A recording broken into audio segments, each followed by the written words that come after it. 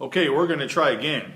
Apparently, I'm having some major internet issues, but hopefully I have that resolved and we can try to do this again. So, as a reminder, it's Tuesday, February 2nd. It's Groundhog Day. The sun's shining brightly, at least, and maybe we'll melt the snow off a little bit, at least in the parking lot here at church and in my driveway. Today, Punxsutawney Phil saw his shadow, 6 more weeks of winter. Buckeye Chuck did not. Spring is coming sooner. And so whatever stock we place in that, as we live our lives, I guess we just place whatever stock we want in it. What I know is that spring will come when it comes, and that's good news for us. And winter will hold on as long as we need it to. And so I have, as you see, already put flame to my candle. It is a reminder of the presence of the Holy Spirit with us. And so I hope if you have your candle, that you light it and you invite the Holy Spirit into your life today as a constant reminder of God's presence. So if you already tried to start with me and you're starting over again with me, we are hearing the story of the death of Lazarus from the Gospel of John. It's chapter 11. And so I'm sure you're familiar with this story, but hear the story. Now a man named Lazarus was sick. He was from Bethany, the village of Mary and her sister Martha. This Mary, whose brother Lazarus now lay sick, was the same one who poured perfume on the Lord and wiped his feet with her hair. So the sisters went and sent word to Jesus, "Lord, the one you love is sick." When he heard this, Jesus said, "This sickness will not end in death, nor is it for God's glory, so that God's Son may be glorified through it." Now Jesus loved Martha and her sister and Lazarus. So when he heard that Lazarus was sick, he stayed there where he was 2 more days. And then to the disciples, "Let's go back to Judea." "But Rabbi," they said, "a short while ago the Jews there tried to stone you, and yet you are going back." Jesus answered, "Are there not 12 hours of daylight? Those who walk in the daytime will not stumble, for they see by the world's light. It is when people walk at night that they stumble, for they have no light." After he had said this, he went on to tell them, "Our friend Lazarus has fallen asleep, but I'm going there to wake him up." His disciples replied, "Lord, if he sleeps, he will get better."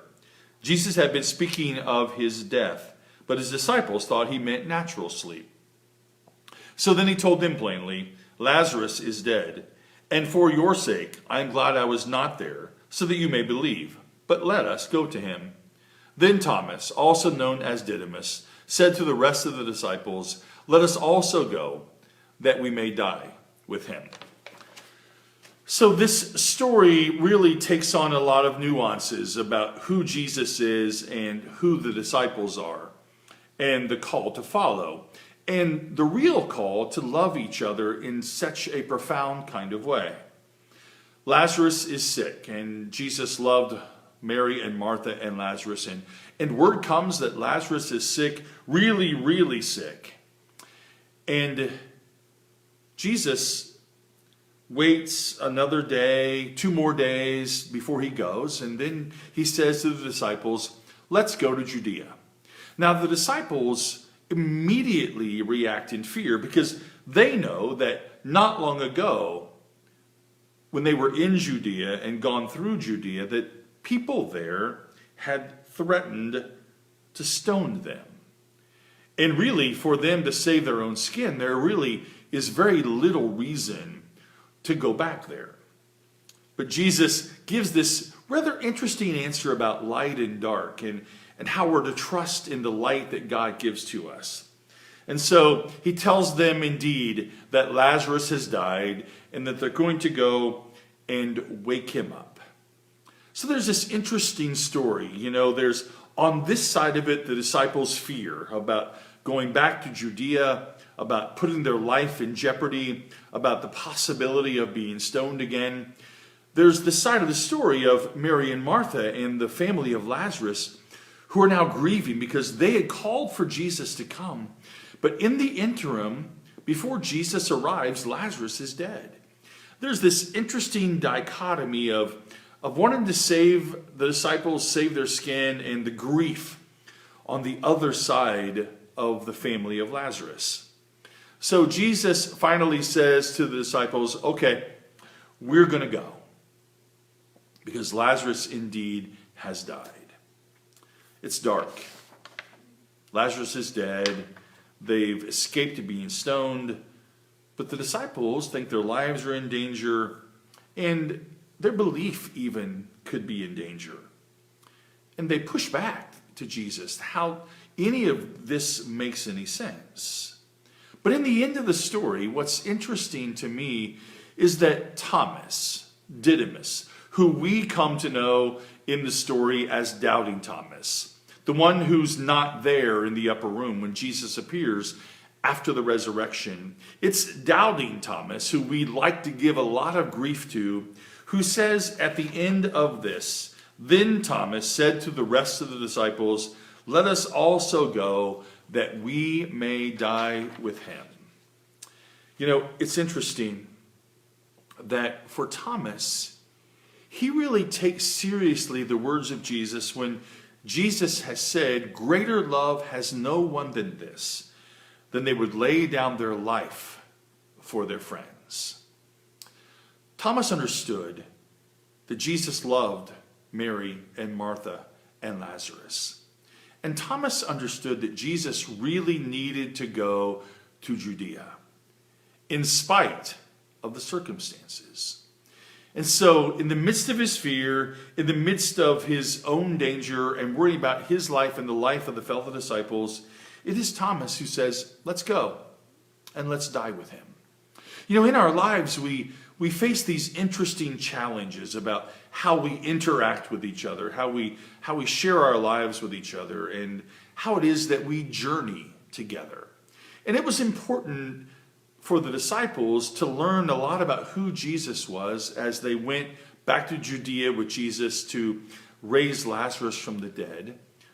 But I think more importantly, it's when the disciples finally understand that this story of being a disciple, this story of following Jesus, takes on a bigger role than just following. The story takes on laying down your life for your friends. The story takes on greater love that we would have for each other. The story takes on and challenges us to walk in the light and be present in God's light in our lives. And Thomas finally gets it. Now, of course, we know the rest of the story, right? Jesus arrives there. He finds that Lazarus is dead, and he wants to go and raise him from the dead. In this little short verse, verse 35, Jesus wept. We hear all of that. But before we even arrive there, we hear this initial conversation. It's with the disciples and with Jesus and with Doubting Thomas. Now, I don't know about you, but I certainly live my life with some doubts once in a while. Unsure of the future. You know, we all live with doubts. But in the end, you know, it's Thomas who says, "Let's go. Let's lay down our lives for our friend Jesus and for his friend Lazarus." And you know, the way that we live our lives with each other, the way that we help each other out, the way that we support each other and love each other and care for each other, that's really what it means to be a disciple.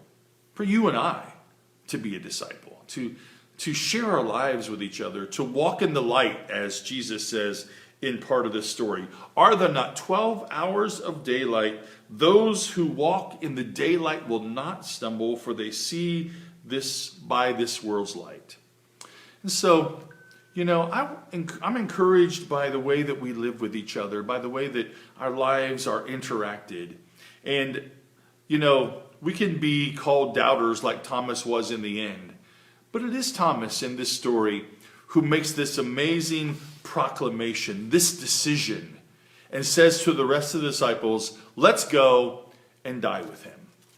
So as we live our lives on this Groundhog Day, as we place our trust in a rat, if you will, it's interesting that God moves in us, calls us to live our lives together in abundant and powerful ways. And I'm convinced, that if we do that, if we are somehow bound together by this call of Jesus to go, and even Thomas, who can say, let's go, that we make a difference then in each other's lives. And I think when we do that, then it helps us to live our daily lives. It's what I get from people.